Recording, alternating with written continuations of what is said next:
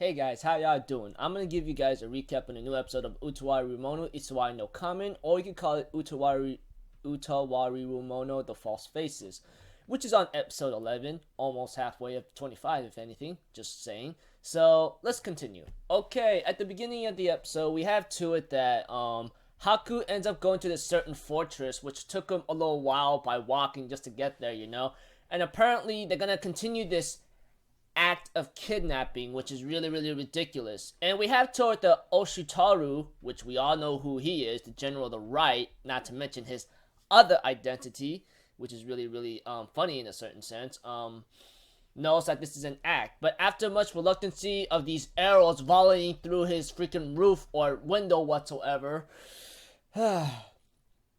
it came out really annoying. Not to mention, Neko-chan really wants to stop this because it's really stupid, Which I can understand why. She goes like, you know what? Just make it look like it is, and Oshitaru will scold her, that kind of thing. And of course, as for Kuon, along with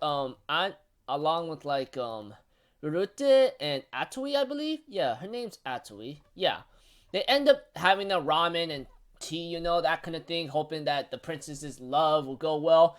Even Neko-chan is like saying, I am not gonna let this happen. Never.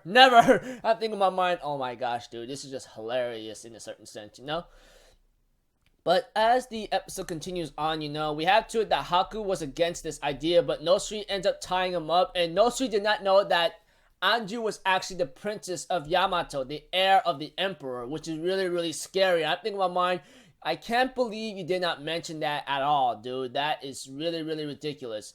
And we have to it that,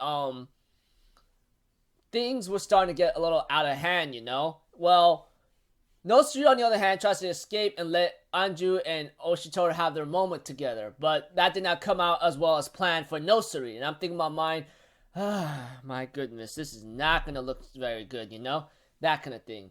And we have to it that she has Haku play as a bandit or something, and the play out of this thing was really ridiculous. Not to mention that Kuon, Rurute, and Atsui came along with their ramen cart whatsoever. Even the guards got some after realizing this is all really out of control or crazy or stupid, which I can understand because the certain parts here and there are not looking like real cracked up jokes. Right now, this is not funny. Even I was kind of agitated. I'm thinking about oh my gosh. I was face palming myself many times, thinking about when is this gonna end? Seriously, it's not gonna get anywhere, and and Oshitaru already knows the act. But later on, he decides to play along and fights Haku, even though Haku reveals himself. And it looks like the real fight was pretty nice, Haku, I can't believe Haku actually held himself against Oshitaru. Well, we don't really know, or I do not really know if he was actually going all out or all in, with everything he's got. But he did say Haku did get better though.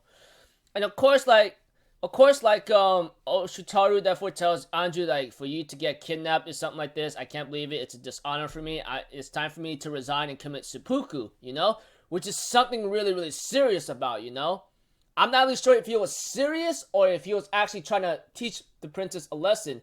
And this is where Anju's development comes in after realizing what she did. And Haku did tell Anju, one sneeze or one thing you did right now is really going to cost the noble bloodline or nobilities, or nobles. You get it? And therefore, she understands what's going on. She apologizes and so forth, and in a certain way. And nothing much really going on, but Munechika, which is one of the guardians or the 8 generals whatsoever, comes to her, appears right out of nowhere thanks to Nosuri's assistant bringing her due to the fact of certain drama here and there, which is really hilarious. And she gets really punished really badly, getting her butt slapped or something. You guys get the cue if you saw many episodes back, which is really funny and hilarious. And she's picked up and dragged back to the palace, and so forth. Therefore, the episode ends off with what's his name? Kiryu ends up doing the river thing kind of stuff, which is really funny since he was all by himself. He goes Haku. And next episode, it seems like there might be more stuff going on, though it seems to be But I still had But overall, the episode came out fun. I'm not gonna lie, but it makes me wonder when are we gonna get any certain plot right now, because we already went through like 11 episodes already, and next week is the 12th episode. I really want to know like when are we gonna really get into like the real crazy events. I mean, I never played the game or something, so that's why I'm just wondering. I remember watching season 1, and dang, that season 1 was pretty nice, but we're almost halfway through 25 already. I hope like something shows up eventually, you know, which I really look forward to. If it's just building up with a couple things here and there, that's fine. I'll wait, but I can't wait that long, you know, because like here throughout the times up to until right now, we get introduced a lot of new characters and nothing more than just maybe slice of life figures or something here and there, and some all I could think about is just new characters brought in, old characters brought back. 4 of them brought back, that's for sure. But yeah, so anyways, pretty cool episode. Kind of agitated me a bit, but I still had my fun as much as possible. So I hope you had fun too, as much as I did in a certain way. Well, I hope you had way more fun than I did, but you guys get the cue. So anyways, I look forward to next week's episode. Hopefully something shows up. So if anything else, I'm off, Zeto people. Have a good day, and I'll see you guys next time. Peace out. Bye-bye.